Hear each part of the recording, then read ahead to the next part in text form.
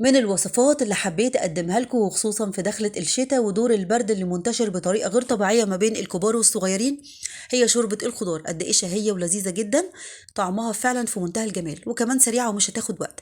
تقدري تقدميها جنب رز ابيض، فراخ او لحمة، وتبقى وجبة جميلة ومتكاملة. تعالوا بقى شوفوا طريقتي فيها وازاي يكون لون المرقة بالجمال ده والخضار محتفظ بنفسه ولا مهري ولا اي حاجة. انا رضوى اسراج، لو اول مرة تنوروني في القناة هو تنسوا اللايك والشير لو عجبكم الفيديو. يلا قبل ما نبتدي حلقة النهاردة نصلي على الرسول في الاول ونشوف الطريقة مع بعض. جبت حلة وضفتها على النار ونزلت بمعلقة من السمنة البلدي. كنت مقطعة جزر على فاصوليا وبسلة. كل الخضار ده فريش مش فروزن، خدوا بالكم. طبعا بيديكي نتيجة أحلى، لكن لو مش متوفر عندك ضيفي فروزن عادي جدا. بشوحه ليه في الأول عشان يحتفظ باللون بتاعه، ما يغيرش لونه أثناء الغليان في المرقة. وطبعا عاوزين نتفق ان اي نوع خضار انا بضيفه في المرقه بتاعت النهارده ليه مده تسويه. ما ينفعش انزل بالكميه كلها وفي الاخر الاقي البطاطس اتهرت معايا والكوسه وبوظوا شكل الشوربه. فبنزل بالخضار في الاول اللي بياخد وقت شويه في السوى، زي الجزر والبسله والفاصوليا.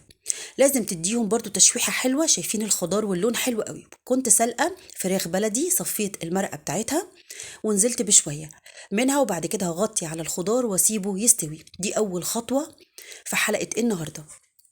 في الاخر هتلاقي كل الخضار محتفظ بنفسه ولا مهري ولا اي حاجة.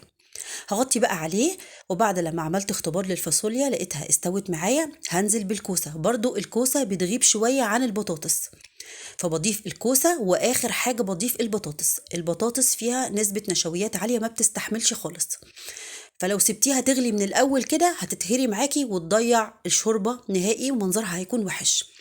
فسيب الكوسة برضو تغلي غلوتين، وبعد كده هنزل بمكعبات البطاطس، وخصوصا ان انا مقطعاها مكعبات مش كبيرة فهتستوي معاكي بسرعة جدا. شايفين شكل المرقة خطير. يا ريت بقى وانتوا بتسلقوا الفراخ او اللحمة تبشروا الطماطم عشان تاخدي اللون الحلو ده. كمان ورق لورا بقى ومطحونين مع الحبهان في مطحنة الخلاط. تنزلي برضو بمعلقة صغيرة تديك ريحة حلوة قوي للمرقة، بجانب بقى الملح والفلفل الاسود وكل الاضافات. فانا مش محتاجة اضيف اي توابل. هغطي بقى واكمل سوى الشوربة. شايفين ما شاء الله هي كده استوت معايا، وفي نفس الوقت كل نوع خضار انا ضفته محتفظ بنفسه، مفيش ولا نوع مهري.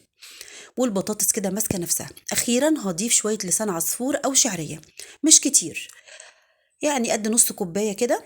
حمرتهم برضو في معلقة صغيرة من السمنة البلدي، وانزلي بشوية منهم. وبرضو الشعرية بتبقى حلوة قوي.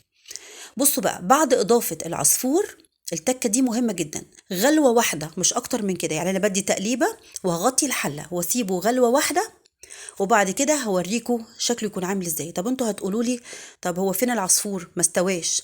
انا كده قفلت النار. هدي بقى تقليبة واقمر كده على الحلة بالغطا واسيبه من 10 دقايق لربع ساعة، وتفتحي على الحلة هتلاقي العصفور نفش معاكي واستوى بدون ما يتهري ولا كمان الخضار يتهري. كمان لو عندك كرفس تقدري برضو تحطي عودين كرفس، هيديكي تيست عالي جدا، بس انا الحقيقة دورت عليه ما لقيتهوش فمش هوقف الوصفة على الكرفس. لكن انتي لو عندك حطي عودين كرفس هيديكي تيست تحفة. احنا محتاجين الوصفة دي جدا جدا، وخصوصا في الفترة دي. معرفش دور البرد اللي منتشر بطريقة غير طبيعية ما بين الولاد. يعني انا ولادي كلهم تعبانين فقلت هعمل لهم شوربة الخضار دي. طبعا بنصح كمان اي حاجه تكون مسلوقه، يعني بلاش الفراخ المحمره، اللحمه المحمره، كل ده نبعد عنه في فتره التعب. كل البروتين اللي هنستخدمه سواء فراخ او لحمه لازم يكونوا مسلوقين مع الشوربه. شوربة الخضار فيها كل العناصر الغذائية. شايفين لون المرقة خطيرة، وكل حاجة محتفظة بنفسها ولا أي نوع خضار أنا ضفته مهري. لازم بجد تجربوها على طريقتي بنفس الترتيب والخطوات دي. لو انتي مش بتحبيها هتعشقيها، والولاد هيحبوها جدا جدا. تظبطي طبعا الملح، وبألف هنا وشفا. ان شاء الله متأكدة لو جربتوها هتعجبكم قوي.